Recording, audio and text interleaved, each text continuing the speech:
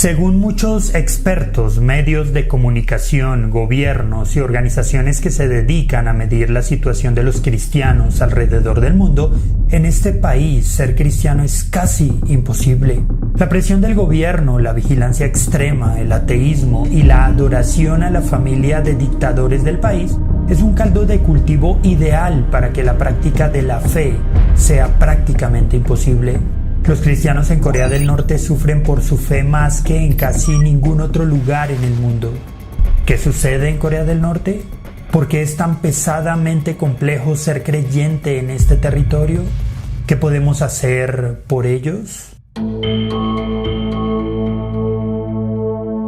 Aquel que decide ser un fiel creyente de Cristo en Corea del Norte lo hace a un alto precio. Si las autoridades del país llegan a enterarse de la fe de una persona, esta corre el peligro de ser llevada a una prisión política por oponerse a los valores del Estado. Dichas prisiones retienen a todos aquellos que con su pensamiento político o religioso pueden representar en algún momento una amenaza para el gobierno. Pero, ¿qué sucede en las prisiones políticas? Las personas son sometidas a trabajos forzados, de la misma forma que lo eran los prisioneros judíos en los campos de concentración nazis. El solo hecho de vivir en Corea del Norte implica sufrir una gran escasez de alimentos, medicinas y recursos básicos para la supervivencia, por lo que el ciudadano promedio trabaja incansablemente para darle de comer a su familia. Sin embargo, la situación en las prisiones hace que esto sea peor. Las personas deben laborar día y noche mientras todos sus derechos son vulnerados y su salud se deteriora. Quienes han podido cumplir su sentencia y salir con vida, describen cada día en esos lugares como una pesadilla interminable. Pero quienes sufren la peor parte de las prisiones son los cristianos, o los que representan sospecha de conspiración. Estos son llevados a Kwan Lee-so, un famoso campo de concentración, en donde las personas son sentenciadas a trabajar de por vida mientras reciben torturas y toda clase de tratos inhumanos. Este lugar tiene condiciones inhumanas al nivel de Auschwitz, donde las personas son abusadas, torturadas, golpeadas, usadas para experimentos químicos y asesinadas todos los días. Ahora, ningún cristiano piensa en los riesgos de su fe de manera individual en Corea del Norte. Aquella persona que es llevada a una prisión corre el terrible riesgo de que toda su familia sea también llevada con ella. Quienes van a Kwan Lee-so tienen que ver a su familia ser torturada de por vida sin esperanza de salir jamás. Por eso todos los cristianos deben vivir su fe de forma clandestina. Incluso sus familiares más cercanos representan un peligro al tener la potestad de entregarlos. Aquellos que colaboran con el gobierno en su labor de espionaje reciben privilegios y pueden salvarse a sí mismos. La policía tiene control sobre todo el pueblo, de forma que hacen redadas para capturar cristianos y generan presión en las escuelas para que los niños se entreguen a sus padres. Esto hace que el reunirse en comunidad, una parte esencial de la vida del cristiano, sea cada vez más difícil. La decisión de ser cristiano tiene un alto precio.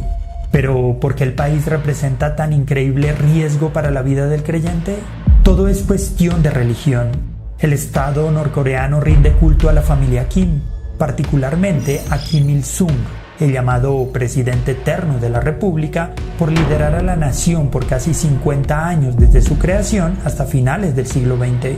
Su hijo Kim Jong-il, llamado héroe de la República y amado líder, también es objeto de culto por sus contribuciones al desarrollo del partido. Hoy Kim Jong-un, descendiente de los hombres ya mencionados y actualmente considerado líder supremo de Corea del Norte, se encarga de que el país le rinda culto a él y a sus predecesores.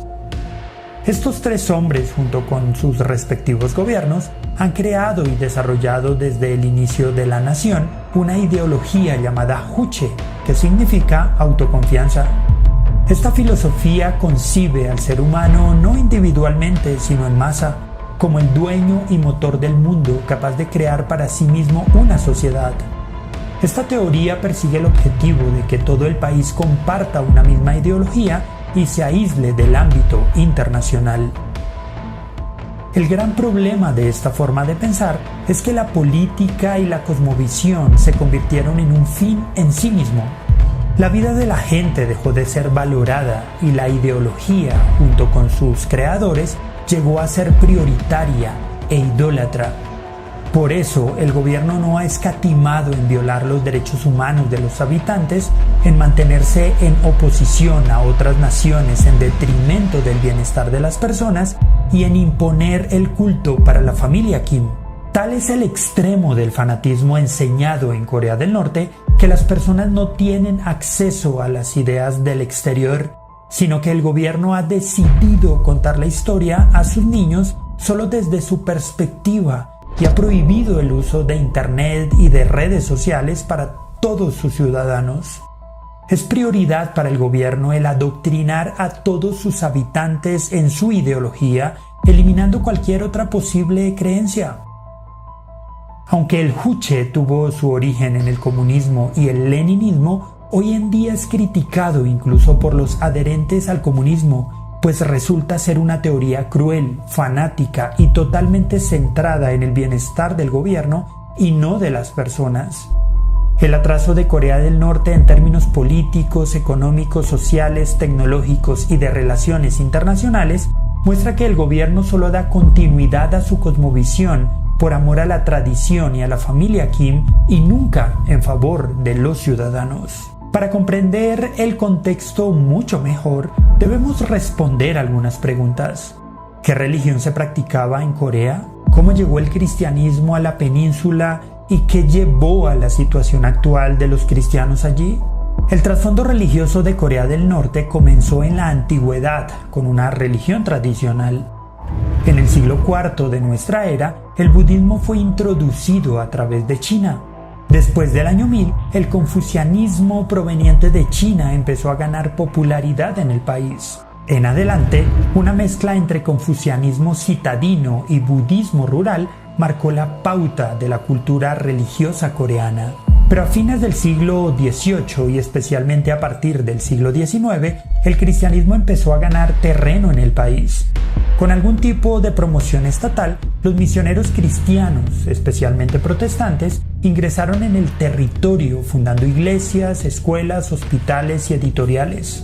El cristianismo se hizo especialmente popular en el noroeste del país y particularmente en Pyongyang, que se convirtió en el bastión principal del cristianismo coreano. Por ello, Pyongyang fue llamada la Jerusalén del Este. Las religiones tradicionales como el chamanismo, el budismo y el confucianismo palidecían ante el crecimiento del cristianismo. Pero en 1910, los japoneses invadieron la península de Corea mientras trataban de imponer el sintoísmo, su religión tradicional. Es entonces cuando el cristianismo se empieza a asociar con el nacionalismo coreano, impulsando aún más la asociación de Corea con el cristianismo. Cabe destacar que antes de 1945, el cristianismo se había extendido especialmente en el norte de la península de Corea, en lo que hoy precisamente es Corea del Norte. Después de la Segunda Guerra Mundial, en 1945, la Unión Soviética y los Estados Unidos dividieron la península de Corea en dos. Después de varios intentos de unificación, en 1948 los estadounidenses crearon la República de Corea en el sur y como respuesta, unos meses después, los soviéticos reconocieron la República Popular Democrática de Corea. El gobierno fue encabezado por Kim Il-sung, considerado uno de los líderes guerrilleros coreanos más populares en el momento. Durante la Guerra Fría entre 1945 y 1991, Corea del Norte vivió un gran desarrollo económico y social, llegando a ser una de las economías más florecientes de Asia. Con sus aliados de la Unión Soviética, principalmente China, pudo enfrentarse a la nación del sur, apoyada por Estados Unidos y la ONU, en lo que se llamó la famosa Guerra de Corea. Esta terminó en un armisticio luego de que ninguno de los dos países logró conquistar al otro, dejando millones de muertos y el recuerdo de una de las guerras más sangrientas de la historia. Sin embargo, al finalizar la Guerra Fría y al disolverse la Unión Soviética, Corea del Norte quedó muy debilitada en sus relaciones internacionales. Al sentirse amenazada por Estados Unidos, comenzó un desarrollo nuclear muy acelerado durante la última década del siglo pasado y las 2 décadas del siglo XXI. Esto llevó a las organizaciones internacionales a poner sanciones sobre la nación, aislándola del resto del mundo en términos de comercio y deteniendo su desarrollo a nivel internacional. La ideología Juche llevó al gobierno norcoreano a buscar su independencia después de la Guerra Fría, centrando la gran mayoría de su comercio en China y Rusia y trabajando en su filosofía de armas primero, lo cual pone el desarrollo militar como prioritario por encima del bienestar de la gente. Corea del Norte quiere tener suficiente fuerza para defenderse de cualquier ataque y entrar en una guerra con Estados Unidos, al tiempo que su economía le permita ser autosuficiente. Sin embargo, por causa de las sanciones internacionales y el gasto excesivo en armas, su economía es precaria. Por la débil economía del país, no solo los cristianos, sino prácticamente todos los ciudadanos de Corea del Norte viven en situación de pobreza y vulnerabilidad, quizá exceptuando solo las élites gubernamentales. No parece haber cambios en el futuro cercano, pues desde el siglo pasado la dinastía Kim eliminó a toda la oposición interna y no ha mostrado disposición a negociar en el ambiente internacional, aparte de algunos intentos infructíferos en la última década. Volviendo al tema de la iglesia, con la llegada de Kim Il-sung al poder, la mayoría de los coreanos cristianos que habían estado hasta entonces en la mitad norte de la península huyeron a Corea del Sur. Durante los últimos 70 años, Corea del Norte ha sido gobernada por la familia Kim. Kim Il-sung gobernó el país desde 1948 hasta 1994, su hijo Kim Jong-il desde 1994 hasta 2011 y el hijo de este último, Kim Jong-un, gobierna el país desde 2011 hasta la actualidad. Los cristianos que permanecen en Corea del Norte viven escondidos o intentan escapar, pues el cristianismo sigue considerándose occidental y hostil. El gobierno norcoreano, por su ideología centrada en la lealtad a la dinastía Kim, considera el escape de cualquier ciudadano como un acto de traición. Así pues, los cristianos solo tienen la opción de intentar escapar por la frontera con China, pues la frontera con Corea del Sur es la zona más militarizada del planeta, o la opción de vivir su fe en el más absoluto secreto. Muchos ministerios a nivel internacional, varios con base en China y Corea del Sur, intentan apoyar a los cristianos perseguidos en Corea del Norte. Parte del trabajo implica el envío de comida y medicina básica, el ingreso ilegal de recursos cristianos al país por la frontera con China o por aire, y el ser una voz a nivel internacional para mover a creyentes en todo el mundo a donar y orar por la situación. La pregunta final es, ¿cómo un cristiano cualquiera como tú o como yo puede contribuir a mejorar la situación de nuestros hermanos norcoreanos? Podemos proponerte 3 caminos inmediatos. El primero es continuar informándote, pues este video constituye un panorama muy general de la situación de los cristianos en Corea del Norte.